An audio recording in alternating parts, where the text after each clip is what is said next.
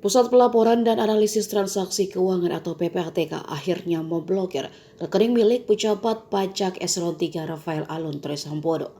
Langkah itu dilakukan atas laporan hasil analisis mengenai transaksi ganjil yang mengarah dugaan pencucian uang. Sementara itu, Komisi Pemberantasan Korupsi akan kembali menjadwalkan pemanggilan Rafael Alun. Deputi Pencegahan dan Monitoring KPK, Pahala Nainggolan menjelaskan jika proses pemeriksaan Ayam Mario Dandi Satrio itu pasti akan membutuhkan waktu panjang. Menurutnya, klarifikasi terhadap harta kekayaan Rafael tidak bisa dilakukan dalam satu waktu. Pahala pun mengatakan saat ini mereka sedang kejar-kejaran sama pertukaran data dengan Irjen Kementerian Keuangan.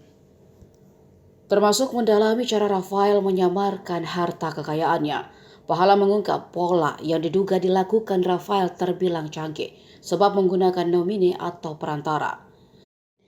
Nomine biasa digunakan sebagai perwakilan kepemilikan untuk membeli sesuatu barang, sehingga tak terlacak sebagai pemilik di laporan harta kekayaan. Menurut Pahala, cara itu tidaklah salah.